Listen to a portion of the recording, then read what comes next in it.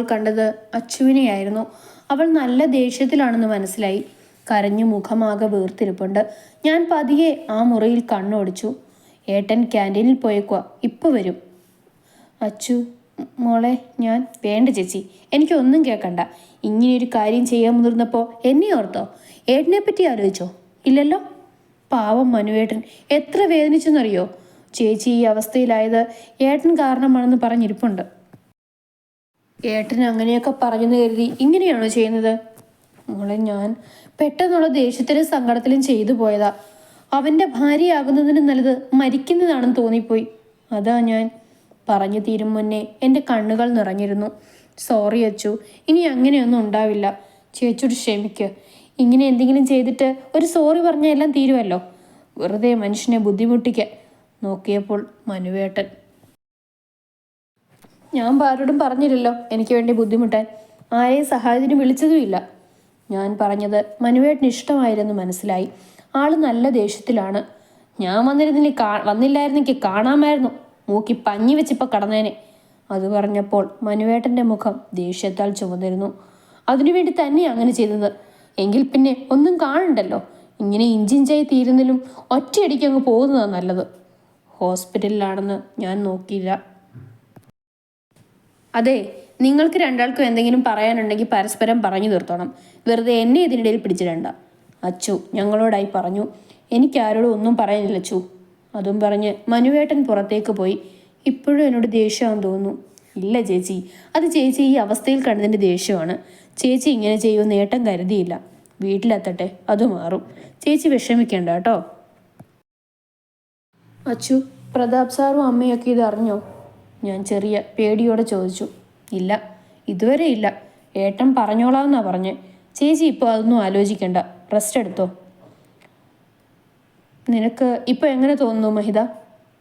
എനിക്ക് കുഴപ്പമൊന്നുമില്ല doctor. Okay, good. Mister Aarav, she's perfectly all right now. So discharge ചെയ്യാം. കുറച്ച് മെഡിസിൻസ് എഴുതുന്നുണ്ട്. വീട്ടിൽ ചെന്നാലും അത് കഴിക്കണം. ഓക്കെ, എന്നാൽ ശരി. നേഴ്സ് മെഡിസിൻസ് തരും. എന്നാൽ ശരി ഡോക്ടർ. അച്ചു, നീ എല്ലാം ഒന്ന് പാക്ക് ചെയ്ത് വെക്ക്. ഞാൻ പോയി ബില്ലടച്ചിട്ട് വരാം. ഡിസ്ചാർജ് ആയെങ്കിലും ചെമ്പകശ്ശേരിയിലേക്ക് പോകാൻ എനിക്കൊരു മടി തോന്നി. ഇത്രയും നാൾ ഞാൻ ജോലിക്കാണ് പോയത്. എന്നാൽ ഇന്ന് അങ്ങനെയല്ല. ഞാൻ മനുവേട്ടൻ്റെ പതിയെ കഴുത്തിലെ താലിയിൽ പിടുത്തമിട്ടു. ദേവി കാത്തോളണേ. ചേച്ചി എന്തേ ആലോചിക്കുന്നേ? ഒന്നുമില്ല അച്ചു, നീ എല്ലാം എടുത്തു വെക്ക്. കാറിലിരിക്കുമ്പോഴും എൻ്റെ ചിന്ത അമ്മയെയും പ്രതാപ് സാറിനെയും കുറിച്ചായിരുന്നു. അവർ എങ്ങനെ പ്രതികരിക്കുമെന്ന്. എന്തായാലും വരുന്നിടത്ത് വെച്ച് കാണാം.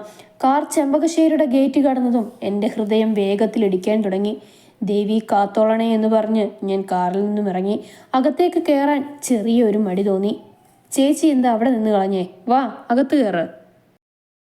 ഞാൻ പതിയെ അകത്തേക്ക് കാലെടുത്തു വെക്കാൻ ഒരുങ്ങിയതും ഒരു ശബ്ദം കേട്ടു. നിൽക്ക്. നോക്കിയപ്പോൾ അമ്മയും പ്രതാപ് സാറും. എനിക്ക് എന്ത് ചെയ്യണമെന്നറിയാതെയായി.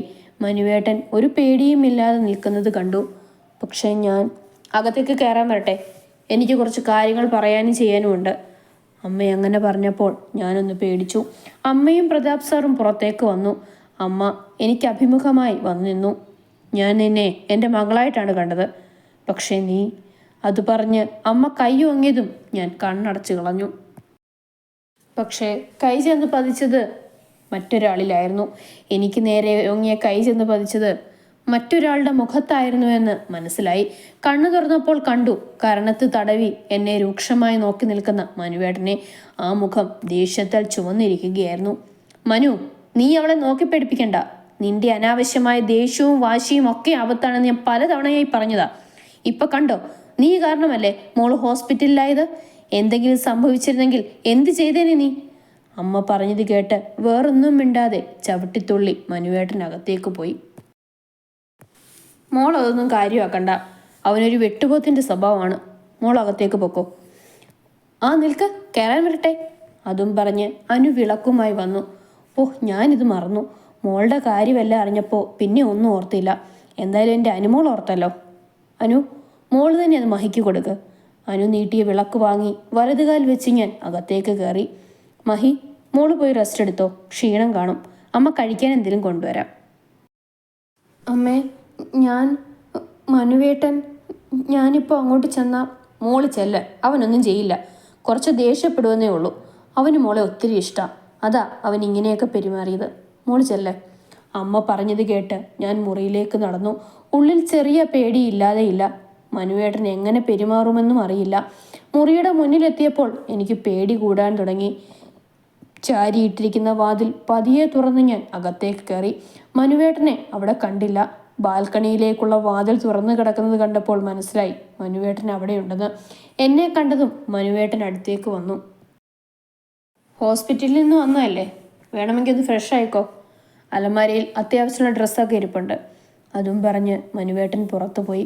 മനുവേട്ടൻ്റെ മൗനം എന്നെ വേദനിപ്പിച്ചെങ്കിലും അമ്മ പറഞ്ഞതുപോലെ എല്ലാം ശരിയാകുമെന്ന് കരുതി.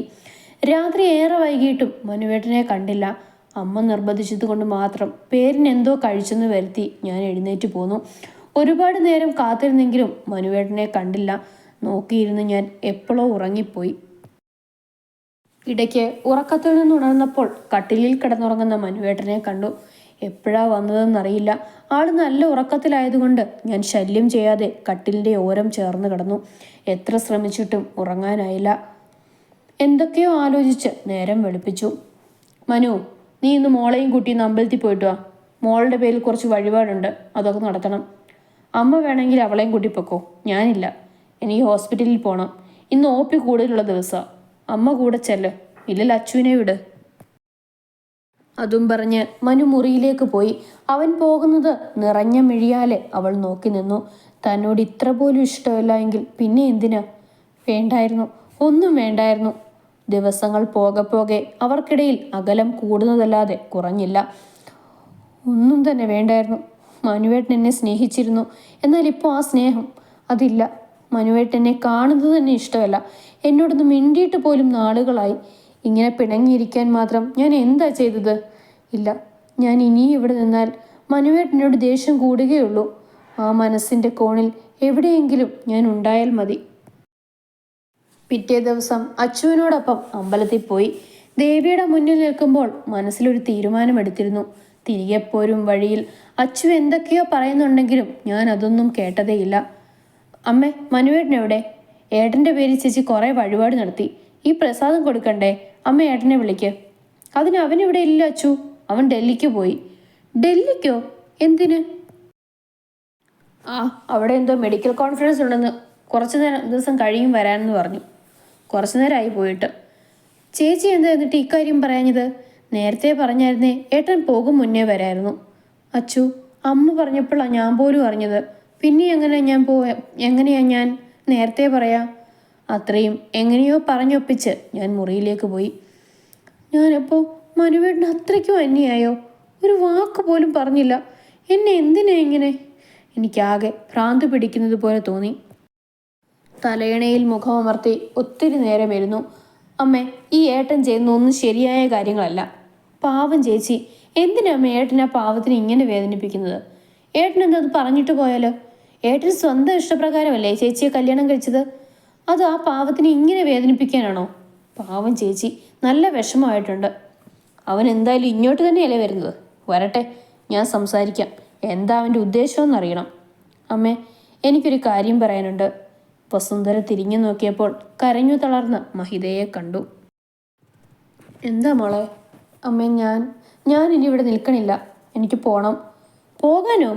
മഹി, മോൾ എന്തായി പറയുന്നത്? ഇല്ലമ്മേ, ഞാൻ ഇനി ഇവിടെ നിന്ന് ശരിയായില്ല. മനുവേട്ടന് ഞാനിപ്പോൾ ശല്യമാണ്. എന്നെ കാണുന്നത് പോലും ഇഷ്ടമല്ല. ഇനിയും ഇങ്ങനെ ഇവിടെ നിൽക്കാൻ എനിക്കാവില്ല. മോളെ, അവനോട് ഞാൻ സംസാരിക്കാം. മഹി, നീ വിഷമിക്കാതെ. അവൻ വരട്ടെ, നമുക്കെല്ലാം ശരിയാക്കാം. വേണ്ടമ്മേ, എനിക്ക് വേണ്ടി ഇനി ആരും മനുവേട്ടനുമായി സംസാരിക്കണ്ട. മനുവേട്ടൻ്റെ മനസ്സ് മാറില്ല. എനിക്ക് ആ പ്രതീക്ഷയില്ല. സത്യം പറഞ്ഞാൽ എനിക്ക് മടുത്തമ്മേ. ഇതിലും നല്ലത് അന്ന് മനുവേട്ടൻ എന്നെ രക്ഷിക്കാതിരിക്കുന്നതായിരുന്നു. അമ്മ എന്നെ തടയരുത്. എനിക്ക് പോണം. ആരോ, താൻ നേരെ വീട്ടിലേക്കാണോ? നമുക്കൊന്ന് കൂടിയാലോ? ഇല്ല രാഹുൽ, എനിക്ക് വീട്ടിലേക്ക് പോകണം. വൈഫിനോടൊന്നും പറയാതെയാണ് പോകുന്നത്. അതിൻ്റെ പരിഭവം ഉണ്ടാവും. അതുകൊണ്ട് നേരെ വീട്ടിലേക്ക് ചെന്ന് അതൊന്ന് സോൾവ് ചെയ്തിട്ട് ഞാൻ വിളിക്കാം. എന്നാൽ പിന്നെ അങ്ങനെയാവട്ടെ. ശരി, എന്നാൽ കാണാം. ഓക്കെ രാഹുൽ, ഞാൻ വിളിക്കാം. See you. എന്നോട് നല്ല ദേഷ്യത്തിലായിരിക്കുമെന്നറിയാം. അതൊക്കെ ഞാനൊന്ന് മാറ്റിത്തരാം. എന്നോട് കാണിച്ചതിന് ഒരു ചെറിയ പ്രതികാരം. നിനക്ക് ഒരുപാട് വേദനിച്ചെന്നറിയാം. അതാണല്ലോ മരിക്കാൻ പോലും നോക്കിയത്. അതുകൂടിയായപ്പോൾ എനിക്ക് ദേഷ്യം കൂടി. അതാ ഞാൻ പിന്നെയും നിന്നെ എന്തായാലും നിന്റെ എല്ലാ സങ്കടങ്ങളും ഞാൻ ഇന്ന് തന്നെ തീർത്തു തരാം കേട്ടോ. ആരോ ഫോണിലുള്ള മഹിതയുടെ ഫോട്ടോ നോക്കി പറഞ്ഞു. കുറച്ചു നേരത്തെ യാത്രയ്ക്കൊടുവിൽ അവൻ വീട്ടിലെത്തി. ഉമ്മറത്ത് അച്ഛവും അമ്മയും ഉണ്ടായിരുന്നു. അവൻ്റെ കണ്ണുകൾ അവളെ തിരയാൻ തുടങ്ങി. പക്ഷെ അവിടെ ഒന്നും തന്നെ അവളില്ലായിരുന്നു. അവനെ കണ്ടതും അച്ചു ചാടിത്തുള്ളി എന്തോ പിറുപിറുത്ത് മുറിയിലേക്ക് പോയി. ഇവൾക്കിത് എന്തു പറ്റിയമ്മേ? എന്താ വട്ടായോ? അവൻ്റെ ചോദ്യം കേട്ടെങ്കിലും വസുന്ധര അത് കേട്ട ഭാവം നടിച്ചില്ല. അമ്മയ്ക്ക് എന്താ പറ്റിയത്? എന്താ ഒന്നും മിണ്ടാത്തേ? അച്ഛൻ എന്തിയേ? നീ വന്നതല്ലേ ഉള്ളൂ മനു. ചെല്ലു പോയി ഒന്ന് കുളിക്ക്. ഞാൻ അപ്പോഴേക്കും കഴിക്കാൻ എന്തേലും എടുക്കാം. അതും പറഞ്ഞ് വസുന്ധര അടുക്കളയിലേക്ക് പോയി. ഇവർക്കൊക്കെ ഇത് എന്താ പറ്റിയത്? അല്ല, തൻ്റെ പെണ്ണിനെ കണ്ടില്ലല്ലോ.